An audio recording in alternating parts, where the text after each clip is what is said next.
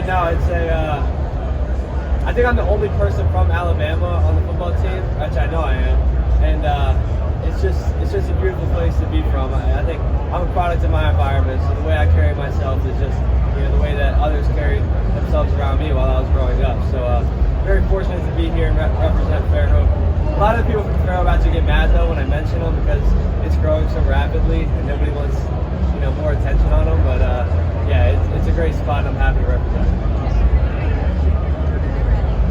The night before leaving for this trip, you went to the grotto. Can you tell me about that experience? I didn't know. Because you posted it on Instagram. Oh, sorry. Yeah, my God.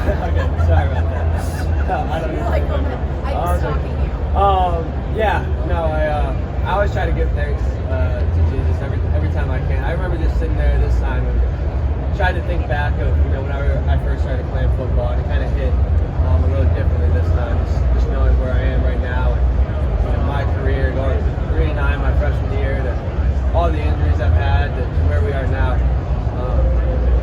I don't think I necessarily deserve it, but God's put me in this situation, so I'm going to do everything I can to glorify Him. Hey, Riley, you and Will Howard have a long-standing relationship dating back to that time at the Manning camp when you guys were roommates. Do you have a moment that sticks out from that camp that maybe showed you who Will is as a football player and as a person? Me and Will, the first time we met, I don't know if it's necessarily like a funny story or anything, but it was just late at night one time, and we didn't even talk about football. We just talked about life and who we are as people and families and our goals in the future and things like that. So it was just a genuine conversation, and we were both kind of underdogs at the time. We met 2 years ago actually at the Manning camp. A lot of people counted us out, so being where we are now kind of just turned that conversation into fruition, and it's really cool. Hey Riley, I know you have been very open about your faith, and specifically about how Ohio State has also been very open about their faith. What does that mean to share a field with him, and how has that shaped you today? Yeah, I think it's very special. I've actually had conversations through social media with a couple of their players, just praying for them, praying for safe travels as they make it down here, just praying for a safe game on both sides of the field. I think for both of these teams to publicly display their faith throughout the season and their trust in God and Jesus to be on a platform that we are now, I think is for a reason. So I think both sides are have a very clear understanding that we're not here because of ourselves. Jesus put us in this situation for a reason, so we better thank Him.